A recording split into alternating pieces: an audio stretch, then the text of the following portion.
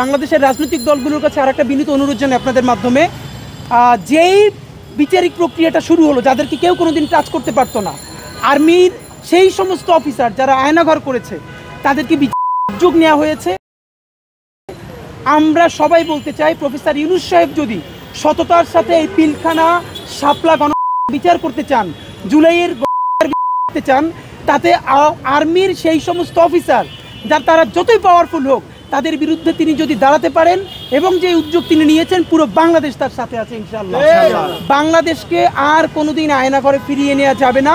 সুতরাং আপনাদের মাধ্যমে আমি শুধু সরকারকে বলবো, আমাদের মনে হচ্ছে কমিশন এবং পিলখানা কমিশনে যারা কাজ করছে তাদের জীবনের অত্যন্ত ঝুঁকি আছে, তাদের নিরাপত্তা নিশ্চিত করতে হবে। পিলখানা কমিশন এবং কমিশনের চূড়ান্ত প্রতিবেদন প্রকাশ করতে হবে এবং সেই বিচার নিশ্চিত করেই আমাদের নির্বাচনের পথে আগাতে হবে। একই দিকে করতে হবে এবং নির্বাচনের দিকেও যেতে হবে।